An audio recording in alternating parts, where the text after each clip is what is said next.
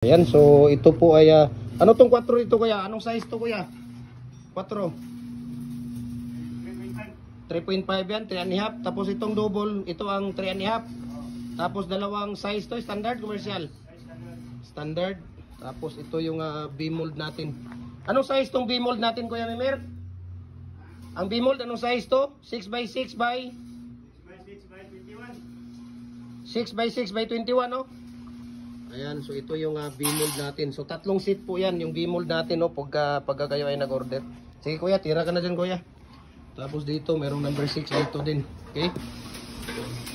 Number 6. So, busy sila dito ngayon sa publication. Dito nga sila ni Kuya Ray, no?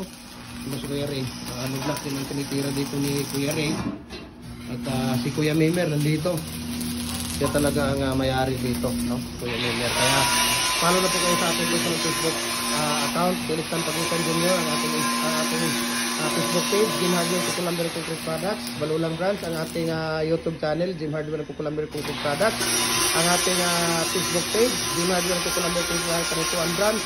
Ito ni Alit Kukulamber. Ayan, para updated po kayo sa ating mga video. We can ship nationwide na problema. Luzon, Visayas, Mindanao, through door to door. Okay? So maraming salamat. God bless po sa ating lahat po. Ito yung molder natin. Change concrete code natin na molder. Ayan. So God bless po. Ayan, tingnan niyo, sobrang kapal yan, oh. 3.5 o 3 mm yan ang kapal niyan. Okay?